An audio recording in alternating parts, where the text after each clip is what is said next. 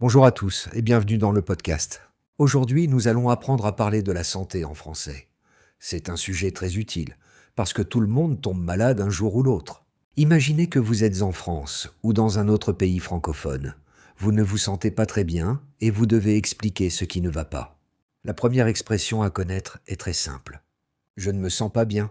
C'est une phrase que les Français utilisent très souvent. Elle signifie simplement que vous ne vous sentez pas en bonne santé. Vous pouvez aussi dire « je suis malade ». C'est la manière la plus directe de dire que vous êtes malade. Ensuite, il est utile de parler de vos symptômes. Par exemple, « j'ai mal à la tête ». Cela signifie que vous avez une douleur à la tête. Vous pouvez remplacer la tête par une autre partie du corps. Par exemple, « j'ai mal au dos », « j'ai mal au ventre », « j'ai mal à la gorge », « j'ai mal aux dents ». Vous remarquez peut-être quelque chose. On dit « j'ai mal à la tête ». Mais j'ai mal au dos et j'ai mal aux jambes. Les prépositions changent selon le mot qui suit. C'est normal et avec un peu de pratique, cela devient naturel. Maintenant, imaginons une situation. Vous entrez dans une pharmacie. Le pharmacien vous demande « Qu'est-ce qui ne va pas ?» Vous pouvez répondre « Je ne me sens pas bien. J'ai mal à la gorge et j'ai un peu de fièvre. » Le mot « la fièvre » est très important. Il signifie que votre température est plus élevée que la normale. Vous pouvez aussi dire « je tousse » ou encore « je suis enrhumé ». Cela veut dire que vous avez un rhume. Quand on parle de sa santé, le plus important est de rester simple et précis. Il n'est pas nécessaire d'utiliser des phrases compliquées pour expliquer ce que l'on ressent. Une phrase courte peut déjà donner beaucoup d'informations. Par exemple, dire où vous avez mal, depuis combien de temps et si vous avez de la fièvre permet souvent de mieux comprendre la situation. Aujourd'hui, nous avons appris à expliquer simplement que nous ne nous sentons pas bien. Mais lorsque l'on va chez le médecin, il faut souvent donner un peu plus de détails.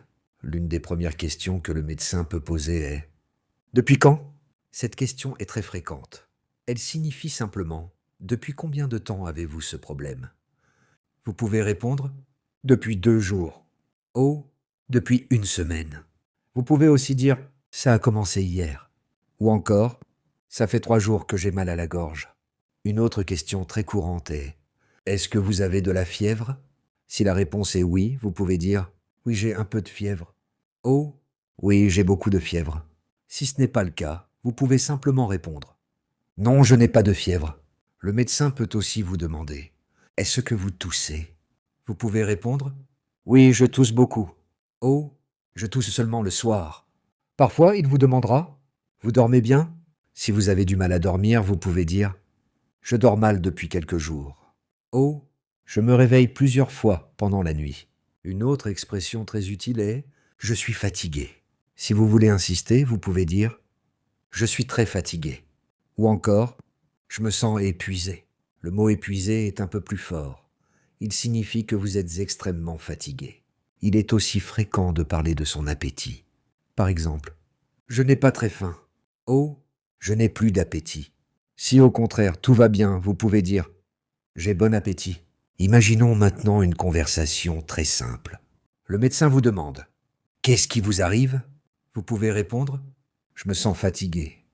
Je tousse depuis 3 jours et j'ai un peu de fièvre. » Avec seulement quelques phrases simples, vous êtes déjà capable d'expliquer votre état de santé de manière claire. C'est souvent tout ce qu'il faut pour commencer une consultation et permettre au médecin de mieux comprendre votre situation. Jusqu'à présent, nous avons appris à parler de la douleur et des symptômes. Maintenant, voyons comment décrire plus précisément notre état de santé. Une expression très utile est « je me sens faible ». Le mot « faible » signifie que vous manquez de force ou d'énergie. Par exemple, « je me sens faible depuis ce matin ». Vous pouvez aussi dire « je me sens mieux ». Cette expression signifie que votre état s'améliore.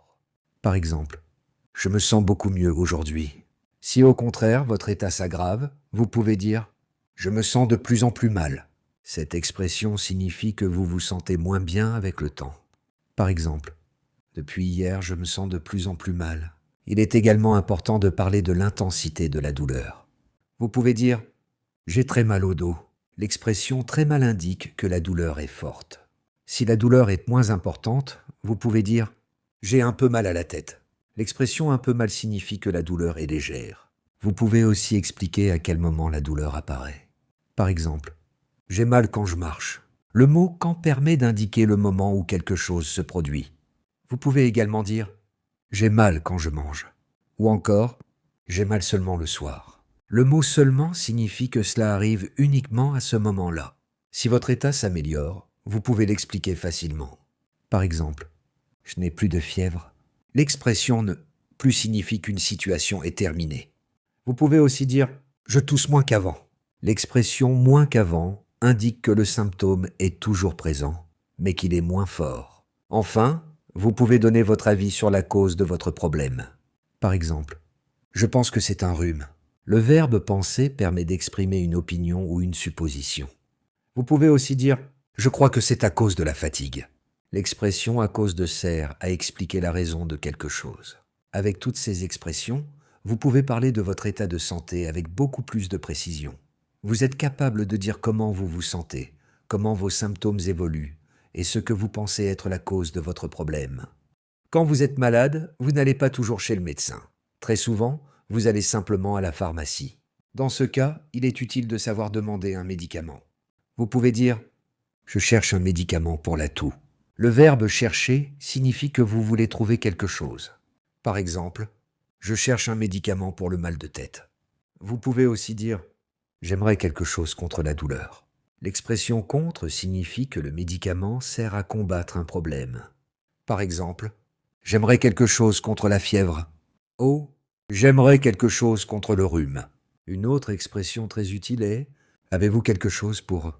Cette question est très polie et très naturelle. Par exemple, « Avez-vous quelque chose pour la gorge ?»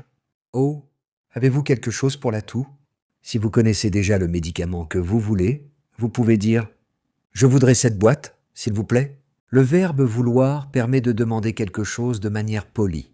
Parfois, vous n'êtes pas certain du médicament dont vous avez besoin. Vous pouvez alors dire « Que me conseillez-vous » Le verbe « conseiller » signifie donner une recommandation. Cette question est très fréquente dans une pharmacie. Vous pouvez aussi expliquer ce que vous recherchez. Par exemple, « Je préfère un médicament naturel ». Le verbe « préférer » permet d'exprimer une préférence. Vous pouvez également dire « Je préfère éviter les antibiotiques ». Le verbe « éviter » signifie ne pas vouloir utiliser ou faire quelque chose. Enfin, il est parfois utile de parler de votre budget. Vous pouvez dire « Avez-vous une option moins chère ?» L'expression « moins cher » signifie que vous recherchez un produit qui coûte moins d'argent.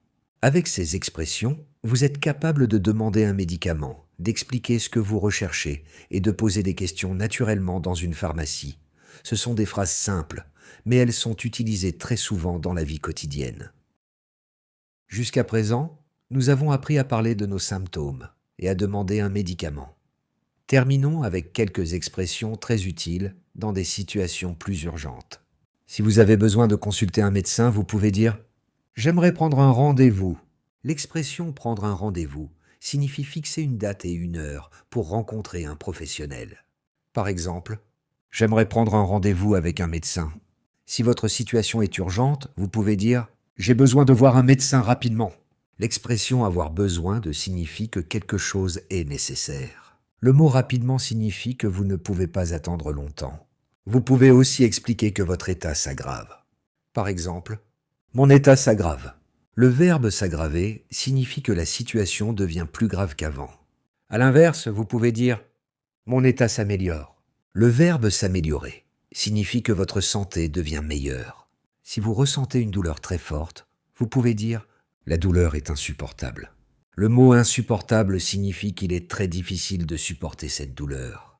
Vous pouvez également dire « J'ai du mal à respirer ». L'expression « avoir du mal à » signifie que quelque chose est difficile à faire. Par exemple, « J'ai du mal à marcher » ou « J'ai du mal à avaler ».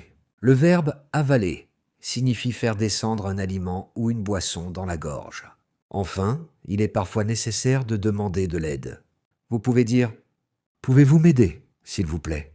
Le verbe « aider » signifie apporter son soutien à quelqu'un. C'est une phrase simple, polie et très utile dans de nombreuses situations. Nous arrivons maintenant à la fin de cet épisode. Vous connaissez désormais de nombreuses expressions pour parler de votre santé, expliquer vos symptômes, demander un médicament et communiquer plus facilement en français lorsque vous ne vous sentez pas bien. J'espère que ce podcast vous aidera à parler avec plus de confiance dans des situations réelles. Merci beaucoup de votre écoute. Prenez soin de vous et à très bientôt pour un nouvel épisode.